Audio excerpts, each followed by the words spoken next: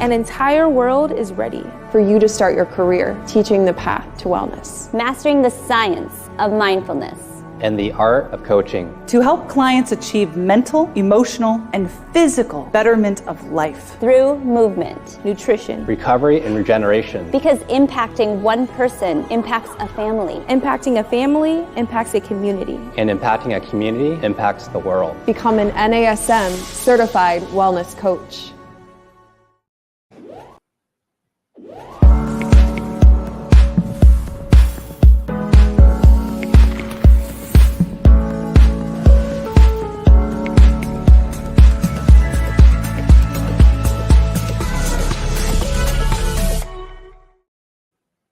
Hey everyone, welcome to our Strong Mind, Strong Body podcast. I'm your host, Angie Miller, and welcome to 2023. It's official. We're in a new year. So I thought, what better time to talk about that powerful question, how to live a good life? What better time to ask that question than at the start of a fresh new year? So for some people, how to live a good life, they might define it by career success or monetary wealth. They might talk about traveling the globe with no worries. They might talk about living a low-key lifestyle with quality relationships. The definition of a good life is subjective. It's so unique to all of us. And I would venture to say that our definition probably changes as our experience changes throughout life. But to me, what I want for this to be is an uplifting episode where you get to reflect, what does it mean to you to live a good life, and to learn how your choices, your intentions, and your actions can help make this year the best year of your life. So a lot of times when I ask people, what does it mean to you to live a good life? The first thing they say is, I just want to be happy. And happiness, I think, is a word that's hard to define. It seems like a big emotion to kind of want all the time, because after all, if we were happy, what would our benchmark be? We wouldn't even probably know we were happy, because we wouldn't have those moments of unhappiness that give us perspective enough so that we would actually be able to appreciate the happy moments. So personally, I like the word joy. My goal is to find and to hold on to the moments of joy, knowing that emotions are fleeting and everything can change in an instant. Tragedy can strike, things can happen in our lives. So if I can find and appreciate moments of joy, then I have those to hold on to no matter what I'm going through. But you know what? If you prefer happy and that's your answer, I'm all in, because my goal is to meet you where you're at. We're all different. And the best thing we can do is support one another and love one another, not just for how we're alike, but how unique and different we are. So whatever the case, the pursuit of happiness seems to be something that human beings have been striving for since the beginning of life. Okay, the beginning of time. Living the good life, or flourishing, or self-realization, joy, satisfaction, meaning, and purpose. These are all words that come to mind when we think about happiness or joy. But the question is, how do we live a life where we get to experience these moments of joy or this satisfaction? How do we live a life where we get to find meaning and purpose? How do we build skills to live a good life? So I'm going to start by sharing something called the PERMA model of theory and well-being. So Olivia Ellis and I deep dived into this last year in an episode, and I hope you'll refer back to it. But for now, I want to kind of give you a lay of the land and kind of remind you of what PERMA is. And then I'm going to share some other ways that we can make choices and take some actions to live our best life. So Martin Seligman, he, in an effort to tell the world of psychology how, let's shift the focus from always talking about mental illness and pathology to studying what's good and positive in life. So he developed a theory to address specific things that we do as humans, or that we can engage in, or that we can consider to make our life worth living and to create this sense of overall well-being. But before I get into PERMA, I wanted to share something. I was thinking about me personally and what helps me to live a good life. And I'm going to share some of those things later. But I was thinking, this past year we lost a niece, and I have 4 sisters. And recently, 3 out of the 4 have had some type of a diagnosis. And I feel like I'm losing, my people, or I'm witnessing a lot of sickness around me. There's been a lot of life changes. And I was reflecting on that. And I was also reflecting on some of the wonderful things that happened to me this last year. Like I got to go to Asia and present in Thailand. And I met new people and tried new things. And so to me, I think living a good life is about finding balance and authenticity, surrounding myself with good people, and making the most of all the moments while I have those moments with people in those experiences. So living a good life is just doing the best I can at all times to stay true to me and to show up for the people I love and care about, and also to love the work that I do. So let's talk about PERMA though. So PERMA is 5 elements, okay? It describes, characteristics of what in positive psychology they call flourishing. And flourishing is, and I'm going to quote here, the pursuit and engagement of authentic life that brings inner joy and happiness by meeting our goals, being connected to our life passions, and relishing in accomplishments through the peaks and valleys of life.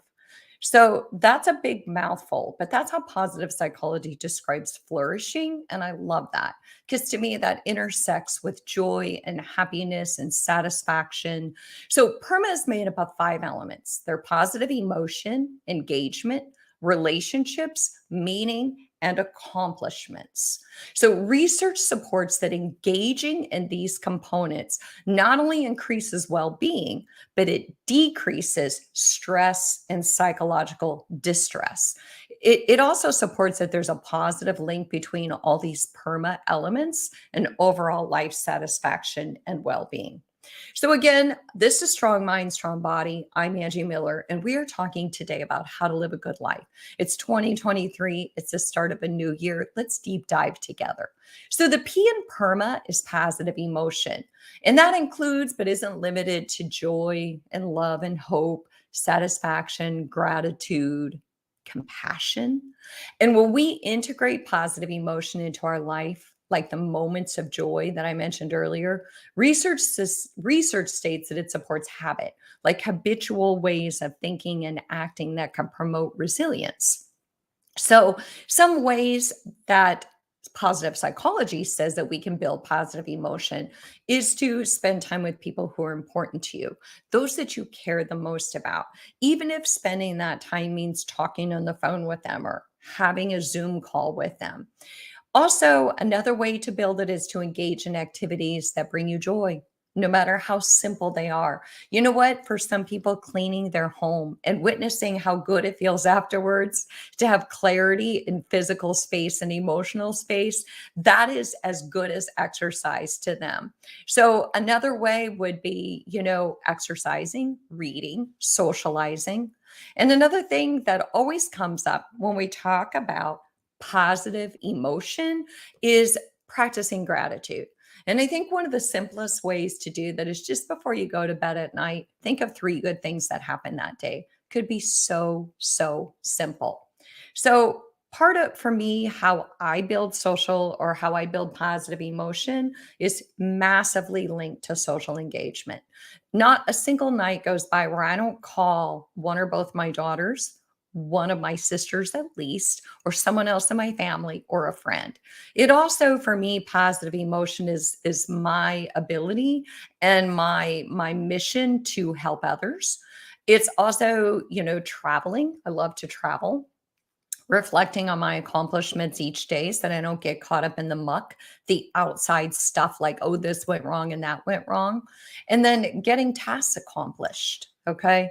So anything that helps you capture those moments of joy and fills you with a good sense of positive emotion, that's good enough. Maybe it's reading, maybe it's napping, maybe it's exercising. So the E in PERMA is engagement. According to Seligman, engagement is being one with the music. It's that state of flow and it's that complete absorption in an activity.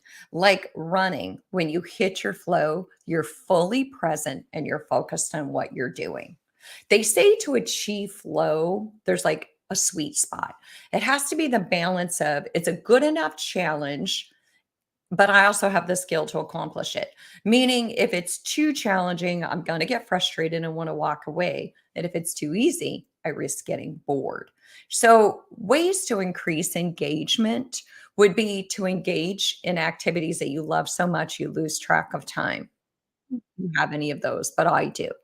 Or just to practice being present, like mindfulness. It could even be mundane tasks like folding your laundry, but not watching TV when you're folding your laundry, or not listening to the radio when you're folding your laundry. Just feeling the feels and smelling the smells and being fully present. And another way that I think increases engagement is to play off of your strengths. Do things that you are so good at where you excel. So you remember that there might be, a million things that I don't know how to do, but there's also a lot of things that I do. So for me, I increase my engagement and get into flow when I refinish furniture. Sometimes I get super frustrated and a lot of spicy words come out of my mouth. But for the most part, I love to refinish old furniture. I also increase my engagement when I go hiking or I lie on the beach listening to the waves, which is something I just did this past weekend. So the R in PERMA is positive relationships. And this is going to include family, siblings, parents, kids, colleagues, bosses. Positive relationships in the PERMA model refers to relationships with people that make you feel loved and valued. People that make you feel like you're actually seen and heard and understood and supported because we're social creatures. And especially as adults age, we know that the research supports that socialization is such a critical role in preventing cognitive decline. That's how important it is. And think about socialization for your clients at the gym. Those connections our clients make with us and other people in the gym, that's what keeps them coming because they have this sense of belonging. So for me, one of the ways that you can build positive relationships is try to take a class. So I just stepped out of my comfort zone at the end of last year and I joined an improv class. And not because I think I'm hysterical or anything, but I do love humor. And because I wanted to totally practice being mindful in a different way. And improv teaches you how to be in the moment, fully present, and be an amazing listener because you're always playing off of the other person. It's not where you are, it's where they are for improv to work well. So I found a community that I loved. And in a weird way, it made me feel more connected to Charlotte. So much of my time in Charlotte has been pandemic time where I wasn't able to meet people. And all of a sudden it was like, oh, this city feels smaller and I feel like I kind of belong. So another way to build positive relationships is honestly practice listening. Just ask people about themselves so that you get to know them on a deeper, more intimate level. It helps you to build friendships and connections. And then last but not least, get in touch with people that maybe you haven't spoken to or you haven't connected with in a while. I love to call a friend that I haven't spoken to. It could be a year and it feels like we literally just picked up where we left off. So, another way that I like to practice, positive relationships is I like to practice being a good listener and a good sounding board. So sometimes, like my daughter calls me on her way home from work, and I'll say, "Tell me how your day went. Give me a window into your world. I just want to listen." And or like, take me to the movies, and this is the movie of your life. So let me kind of immerse myself in your world for a hot minute. I love doing that. So, again, I'm Angie Miller. This is Strong Mind, Strong Body, and I'm talking about how to live a good life.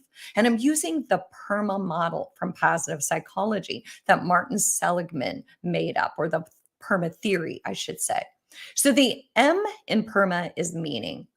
I feel like we all search for meaning and purpose, don't we? I mean, Viktor Frankl wrote Man's Search for Meaning way back, was it what, 1940 something? And it's still an incredibly popular book because we search for meaning. We want to feel like we're adding value and we're contributing something to the greater good of the world, like we're pulling our weight. We're not just existing.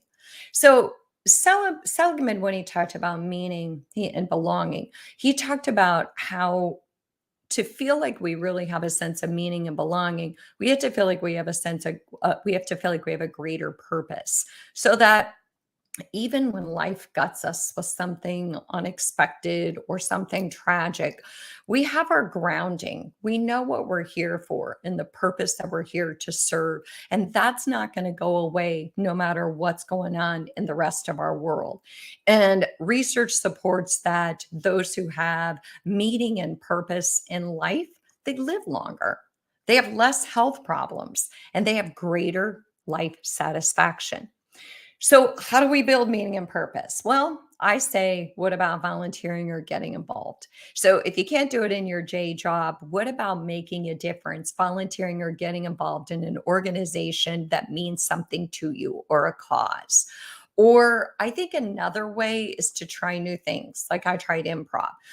I was getting bored with myself. I have a million jobs and a million contract work that I do, but it still was like I needed to do something that I haven't done. Yes, I know how to speak. I know how to write. I know how to do my podcast. I hope you're listening. But doing improv was something I had never done. And I was like, well, I think it's time to get uncomfortable. So you can also, using your passion to help others, which is kind of what all of us are doing. So, probably for most of us, we find meaning and purpose in exercise. I find it in my work as a therapist and also in the roles that we play as moms, as dads, as siblings, as parents, whatever it might be. I already said parents, didn't I? So, daughters, sons. So, I also find meaning when I try new things, and that's a big thing for me. And hopefully, that'll be a big thing for you in 2023. So the A in PERMA, last but not least, is accomplishments and achievements. It's like creating mastery experiences where we set out to accomplish a goal and yes, we accomplished it. And we have that sense of pride and satisfaction. But it also goes deeper because it means that we had the self-motivation, not just to start something, but to finish it, to see it all the way through, no matter the ups and downs. So you know what? Accomplishments and achievements, they also build our confidence and they increase our sense of well-being because, they come from this internal motivation. Like my improv class, I was like, I just want to do something different. And I did. And I was like, look at me. I just took improv. So some ways to build accomplishments are to set goals, of course. Another way would be to journal and reflect and share about your past successes so that you have those to play off of. And then make sure that you celebrate your achievements before you just move on. You know how sometimes your clients or maybe you knock something out of the park and then you're like, okay, what's next? What if you just take a minute to sit with it and really reflect on what it took to accomplish what you just did before you start moving on to the next thing and the next thing? So this year I wrote a chapter in the Women's Fitness Specialists, and I've written chapters, but it's been a long time. That was hugely challenging. I went to Asia to present. I did the improv. I was thinking about those things that I've done, and I was like, not so bad, but there's still a lot more that I want to do. So before I move on, I want you to know that also positive psychology, they talk about a plus in the PERMA, and that's where they talk about things like optimism and physical activity and nutrition and sleep. So that's PERMA. But now I want to talk about some things that in my research, found that I think I had to narrow it down because there's so many things, but I chose 5 big ones and they're unique. I think that they're different from PERMA, but they play off of PERMA. And these 5 things are 5 additional ways that we can kind of focus on building a good life, where we can get in touch with our values and our priorities, and we can do what matters to us so that we are not just living or we're not existing, we're living. So to me, living a good life is staying true to you and who you are. So here's my tips. Number one, this is probably something that you won't expect, but it's practice healthy communication. So I feel like communication is a core issue in our society. We all want people to think like us. We want people to communicate like us. We want people to share our beliefs, but how incredibly boring would that be? I think communication ties into living a good life because if you're a good communicator, chances are you have positive relationships. And if you're not, probably not, right? So communication is at the core of everything we do. Positive, healthy communication builds trust, authentic connection with others. Practicing healthy communication, it means that I can articulate my feelings and emotions, but also that I'm able to listen to your feelings and emotions. Positive communication to me ties into emotional intelligence. It ties into our compassion and our empathy and our understanding, not just of who we are, but of who other people are, and accepting that we're different, recognizing that and appreciating that. It also means that we fight fair, that we don't go below the belt. We don't call names. Okay. We avoid strong emotion when we're in, kind of, we're in dialogue with somebody and we can sense that it's going, this is kind of leading to an argument. It means that we don't let strong emotion hijack the conversation and start using anger and name calling to make that person walk away. So trust me, communication is at the core of how we navigate our world and our relationships. And being social creatures, our relationships are vital to our mental and emotional well-being. All right. So again, I'm Angie Miller. This is Strong Mind, Strong Body, and I'm talking about how to live a good life in 2023. So number one was communication. Number two is focus on what you can control, not what you can't. You want to be unhappy? Try to get other people to think like you or do the things that you do, or to just completely align themselves to your way or the highway. Or try to focus on things that you can't control, like other people, your boss, outcomes, because we can try our best, but we're never going to be able to predict outcomes. But what we can control is our attitude and the way that we respond to events and situations. We can control our ability to manage stress because we can practice the PERMA model and all these other things that build positive emotion and healthy sustainability in life and help us build resilience. So focus on what you can control, not what you can't. You do get to control your attitude and your responses and the way you communicate and your decisions on a day-to-day basis. So number three, practice good emotional hygiene. I feel like I want to drop a ball here. Don't you love that one? Good emotional hygiene. We don't just need to wash our body, we need to cleanse our thoughts and emotions. So this means to me, one of the biggest things about emotional hygiene is to avoid the blame cycle. It means that we accept responsibility and accountability when we make a mistake. That way we maintain our personal power and we can fix our mistakes versus this victim mentality where we're like, well, it's her fault, so there's nothing I can do, where we just point the finger at other people and then we stay stuck and there's no resolution. So to me, blame is such a vicious cycle and it's so prevalent in our world. Blame your parents, blame your boss. It's all these people that make me unhappy. But what if it's not? Because blame keeps us from learning and growing and becoming the best version of us. So practicing good emotional hygiene also means that we let go of excuses. Things in arguments like, well, I wouldn't have said that if you hadn't done that. Well, it's rationalizing bad behavior. And at the end of the day, we all have a choice in communication. And choosing to double down on someone else's bad behavior doesn't absolve you of your own. I feel like that should be in big quotes. All right. Part of practicing good emotional hygiene is also doing things that help you process negative emotion. So whether that's talk therapy or working with a coach or journaling or processing with someone you trust or exercising, do whatever you can do to cultivate and nurture a healthy mind. All right. So, number four, another tip that I have to live a good life is to live, don't just exist. So, whatever that looks like for you, just stay with that for a minute. Is that traveling? Is it developing hobbies? Is it tapping into your spirituality? Is it taking new risks or seeking challenges? Or maybe it's just being willing to reevaluate your life at different intervals. It's a new year, so it's a perfect time. And reset when needed so you don't get too comfortable and too much time doesn't pass where you're going through the motions. So, another way of living versus existing, and I talk to my clients about this a lot.